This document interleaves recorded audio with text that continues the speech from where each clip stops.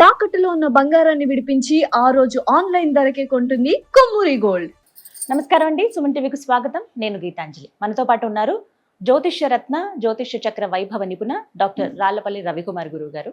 మే నెలలో ద్వాదశ రాశుల జాతక ఫలితాలు ఏ విధంగా ఉన్నాయో గురువుగారి మాటలో విని తెలుసుకుందాం. ప్రతి నెల వారు ఇచ్చేటువంటి ఫలితాలు విని చాలా మంది ముందు జాగ్రత్త పడుతున్నారు. ఖచ్చితంగా జాతకాల గురించి చెప్తే భయపెట్టడం అని అనుకుంటారు, కానీ ఇది ఒక హెచ్చరిక. జాగ్రత్త పడడానికి కొన్ని సూచనలు అనేవి చాలా బాగా ఉపయోగపడతాయండి. కొన్నేళ్లుగా వారు చెప్తున్న విధానం బట్టి ఎంతో మంది వారి జీవితాల్లో మార్పులు చేసుకున్న వాళ్ళు కూడా ఉన్నారు. మరి ఈ మే నెలలో రాశి ఫలితాలు ఏ విధంగా ఉండబోతున్నాయో గురుగారి మాటలో విని తెలుసుకుందాం. గురుగారు నమస్కారం అండి. గురుగారు, రాశి ఫలితాలు ఎప్పుడు చెప్తూ ఉంటారు. సాధారణంగా మే అంటే ఇప్పుడే ఉంటాయండి, మనకి ఉగాది అప్పుడే కదా అని అనుకుంటాం. ఆ తర్వాత కొత్తగా ఏంటంటే మళ్ళీ 1వ తారీఖున జనవరి 1న కూడా చెప్పించుకుంటున్నారు, చాలా మంది వింటూ ఉన్నారు. కానీ ప్రతి నెల స్థితిగతులు మారుతూనే ఉంటాయి కాబట్టి మరి ఈ మే నెలలో రాశి ఫలితాలు ఎలా ఉండబోతున్నాయి, ముఖ్యంగా నవగ్రహాల ఫలితాలు అంటే ముఖ్యంగా వాళ్ళ స్థితిగతులు ఏ విధంగా ఉన్నాయో తెలియజేస్తారా? శరదిందు సమాకారే పరబ్రహ్మ స్వరూపిణి వాసరాపీఠ నిలయే సరస్వతి నమస్తే. సుమన్ టీవీ ప్రేక్షకులకు నమస్కారం. ముందుగా ద్వాదశ రాశుల్లో నవగ్రహాల స్థితి మే నెల ఎక్కడ ఉన్నాయో తెలుసుకుందాం. మనకి 14 మే దాకా మనకి సూర్యుడు వచ్చేసి మేషంలో ఉంటారు. సో అందుకే గుర్తుపెట్టుకోండి, మెయిన్గా పాయింట్ కూడా ఏంటంటే ఏప్రిల్ 15 టు మే 15 ఎప్పుడైనా సరే రవి ఉచ్చస్థానంలో ఉంటాడు. అందుకే సూర్యుడు భగభగ మండిపోతుంటాడు అన్నమాట. అదే అక్టోబర్ 15 టు నవంబర్ 15 ఆపోజిట్ తులారాశిలో ఉంటాడు, అది నీచస్థానం అనమాట. అందుకే చలి విపరీతంగా ఉంటుంది. సో ఈ 15 మే నుంచి ఏమో మళ్ళీ మనకి వృషభ రాశిలోకి సూర్యుడు ప్రవేశిస్తాడు, నెల్లాళ్ళు అక్కడ ఉంటాడు. నెక్స్ట్ వచ్చేసి కుజుడు వచ్చేసి మనకి 11 మే నుంచి మేషరాశిలో స్వస్థానంలో ఉంటాడు. నెక్స్ట్ వచ్చేసి రాహు మనకి కుంభరాశిలో ఉంటారు. అలాగే మనకి గురువు వచ్చేసి మిథున రాశిలో ఉంటారు. శని వచ్చేసి మనకి మీన రాశిలో ఉన్నారు. కేతు వచ్చేసి మనకి సింహరాశిలో ఉన్నారు. శుక్రుడు వచ్చేసి మనకి 14 మే నుంచి మిథున రాశిలోకి ప్రవేశిస్తున్నాడు. సో బుధుడు కూడా అంతే, 14 మే నుంచి మిథున రాశిలోకి స్వస్థానంలోకి ప్రవేశిస్తున్నమాట. సో ఇవ్వండి నవగ్రహాలు ద్వాదశ రాశుల్లో మే నెలలో ఈ స్థితి, ఈ గ్రహాలన్నీ కూడా ఈ ప్లేసెస్లో ఉంటాయని చెప్పుకోవచ్చు. గురుగారు, వృశ్చిక రాశి వారి జాతక ఫలితం ఈ మే మాసంలో ఏ విధంగా ఉందంటారు? వృశ్చిక రాశి అనగా మనకి విశాఖ 4వ పాదం, అనురాధ 1, 2, 3, 4 పాదాలు, జ్యేష్ఠ 1, 2, 3, 4 పాదాలు, ఈ నక్షత్రాల సమూహంతో మనకి వృశ్చిక రాశిలోకి వస్తుంది. ఈ రాశి వారికి ఏంటంటే ప్రస్తుతం గురువు అష్టమ స్థానంలో ఉండడం వల్లనే గురుబలం చాలా తక్కువగా ఉంది.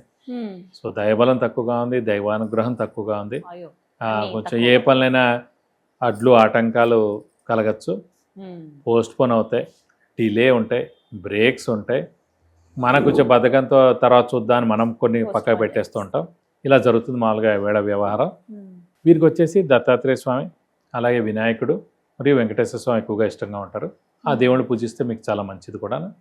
అలాగే వీరికి పంచమ స్థానంలో శని ఉన్నారు, అది పర్లేదు, మిశ్రమ ఫలితాలు ఇస్తారు. రాహుకేతులు కూడా చతుర్థ దశమాల్లో ఉన్నారు, వాళ్ళు పర్వాలేదు. మెయిన్గా గురువే ఇంపార్టెంట్ అండి. సో అతను అష్టమంలో ఉండడం వల్ల చాలా కష్టంగా ఉంటుంది అన్నమాట. కానీ విద్యార్థులకి ఇది సువర్ణ అవకాశం అని చెప్పుకోవచ్చు.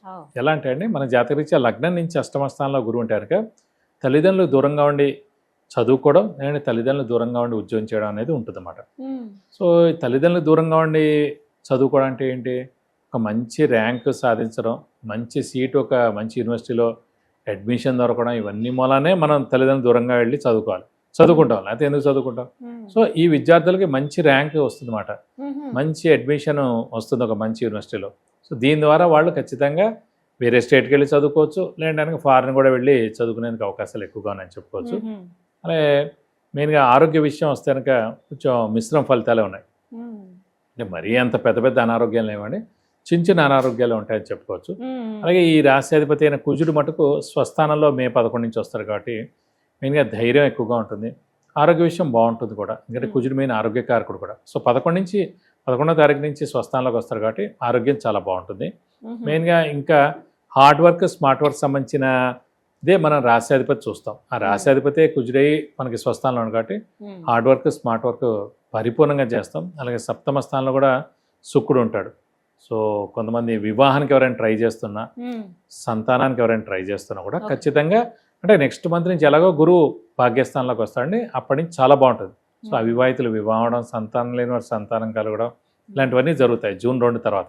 కానీ ఇప్పుడు ప్రయత్నిస్తే మటుకు అవన్నీ జరిగేందుకు అవకాశాలు ఎక్కువగా ఉన్నాయి. మరి వీరికి ప్రత్యేకంగా ఆర్థికంగా స్థితి ఎలా ఉంటుందండి? ఆర్థికంగా చూసుకున్నప్పుడు మనం ఖచ్చితంగా గురువు అనే గ్రహాన్ని చూస్తామండి. ఇందాక కూడా చెప్పుకున్నాం. అలాంటి గురువు మనకు అష్టమంలో ఉన్నందుకు మిశ్రమంగా ఉన్నట్టు. సో జూన్ 2 వస్తే మళ్ళీ గురువు ఉచ్చ స్థానంలోకి వస్తాడు, భాగ్యస్థానంలోకి వస్తాడు. అప్పటి నుంచి వాళ్ళకి 3 సంవత్సరాలు గోల్డెన్ పీరియడ్. అందు గురించి అంటే మనం ఈ ఒక్క నెల మటుకు కొంచెం మామూలుగా అవుతుందని చెప్పుకోవచ్చు ఆర్థికంగా మటుకు. ఒకవేళ అంటే కొన్ని సార్లు ఎలా ఉంటుందంటే గురుగారు, ఏదైనా పనులు చేసినా అవి మధ్యలో ఆగిపోతూ ఉంటాయి అనే భావన. అంటే ప్రత్యేకంగా వీరి గురించి మాట్లాడితే వృశ్చిక రాశి వారు పరిహారం ఏదైనా చేసుకుంటే అవి క్లియర్ అయ్యే ఛాన్స్ ఉందంట. తప్పకుండా పరిహారం మెయిన్గా ఏంటంటే వృశ్చిక రాశి అధిపతి మెయిన్గా కుజుడు, కానీ వృశ్చిక రాశిలో చంద్రుడు నీచలో ఉంటాడు. సో చంద్రుడు మనస్కారకుడు, బుద్ధికారకుడు, మాతృకారకుడు ఇందాక చెప్పుకున్నాడు. సో మనసు చంచలంగా ఉండడం, ఎప్పుడైతే ఆలోచన, ధైర్యం, మానసిక ఆందోళన, స్ట్రెస్, స్ట్రెయిన్, ఇక్కడ ఏముంటుంది, అక్కడ ఏదో బాగుందా, లేకపోతే ఏదో జరుగుతుందా, లేకపోతే మన మీద ఏదో కుట్ర పన్నుతారా, మన గురించి ఎవరో ఏదో అనుకున్నా, ఇవన్నీ ఎంతసేపు వ్యావరింగ్గా ఉంటుంది ఆ వృశ్చిక రాశి వారికి. అంటే ఏ రాశిలోనూ చంద్రుడు నీచలో ఉన్నాడు. ఇదే చంద్రుడు మెయిన్గా ఆలోచన కారకుడు అన్నమాట. సో అధైర్యానికి కారకుడు, అనుమానానికి కారకుడు, ఇవన్నీ కూడా చంద్రుడే అండి. సో అలాంటి చంద్రుడు బాగుండాలంటే మెయిన్గా ఏంటి, ముత్యం అనేది ఖచ్చితంగా ధరించాలి. ముత్యం 3 క్యారెట్స్ బంగారంలో రైట్ హ్యాండ్ రింగ్ ఫింగర్కి సోమవారం రోజున ధరించాలి. ధరించే ముందు శివుడికైనా అమ్మవారికైనా అభిషేకం కానీ అర్చన కానీ చేయించుకొని పెట్టుకుంటే మంచిది. పర్మనెంట్గా చేతికి ఉంచుకోవాలి. అలాగే వీరికి బెస్ట్ రెమెడీ అంటే ప్రతి సోమవారం ఉపవాసం ఉండడం. ఈ ఉపవాసం ఉంటే కనుక చాలా మంచిదండి. అలాగే ఈ చంద్రుడు ప్రతి 3 సంవత్సరాలకు ఒకసారి 10,000 సార్లు జపం చేయించి కేజీంపో బియ్యం, ఒక వైట్ లుంగి, 1000 రూపాయల వర్త్ వెండి ఐటమ్ దాని వేస్తే కనుక దోషం మొత్తం పోతుంది మేడం. సో ఈ పరిహారాలు పాటిస్తే చాలా మంచిది వృశ్చిక రాశి వారికి. పర్మనెంట్గా మటుకు ఈ పరిహారాలు పెట్టుకోవాలండి. ఇది ఎప్పటికైనా ఉపయోగపడుతుంది, ఎలాంటి అడ్డంకులను తొలగిపోతాయి. చక్కగా తెలియజేశారండి. ధన్యవాదాలు గురువు. నమస్కారం. విన్నారు కదండి, మనలో చాలా మందికి ఎన్నో రకాల సమస్యలు ఉంటాయి. ఆర్థికంగా కావచ్చు, ప్రధానంగా ఏదైనా ఇల్లు యోగం ఉందా లేదా అని తెలుసుకోవాలనుకునే విషయం కావచ్చు, విద్య, ఉద్యోగం, వ్యాపారం, సంతానం, వివాహం విషయంలో కావచ్చు, ఇలా చాలా మంది ఎన్నో సమస్యలతో బాధపడుతూ ఉంటారు. సరైన సలహా కోసం ఎదురు చూస్తూ ఉంటారు. అలాంటి వారి కోసం గురువు గారు దగ్గర మీరు అపాయింట్మెంట్ తీసుకోవచ్చండి. వారిని కలవచ్చు మీరు. అయితే ముందుగా స్క్రీన్ మీద నేను ఇస్తున్న నెంబర్కి మీరు ఫస్ట్ కాల్ చేయండి. ఆ తర్వాత వాట్సాప్లో మీరు మీ డీటెయిల్స్ అన్ని పంపిస్తే కనుక ఆ మెసేజెస్ అవన్నీ చెక్ చేసి మీరు అపాయింట్మెంట్ తీసుకుంటే వెంటనే గురువు గారు కలవడం జరుగుతుంది. తద్వారా మీరు రిజల్ట్ అంటే ఎటువంటి పరిహారాలు చేసుకుంటే ఈ ప్రాబ్లం నుంచి బయటపడతాము, యోగాలు మనకు అందుతాయి అనేది చాలా క్లియర్గా మీకు ఎక్స్ప్లెయిన్ చేస్తారండి. మరిన్ని వివరాల కోసం స్క్రీన్ మీద కనపడుతున్న నెంబర్కు కాల్ చేయండి.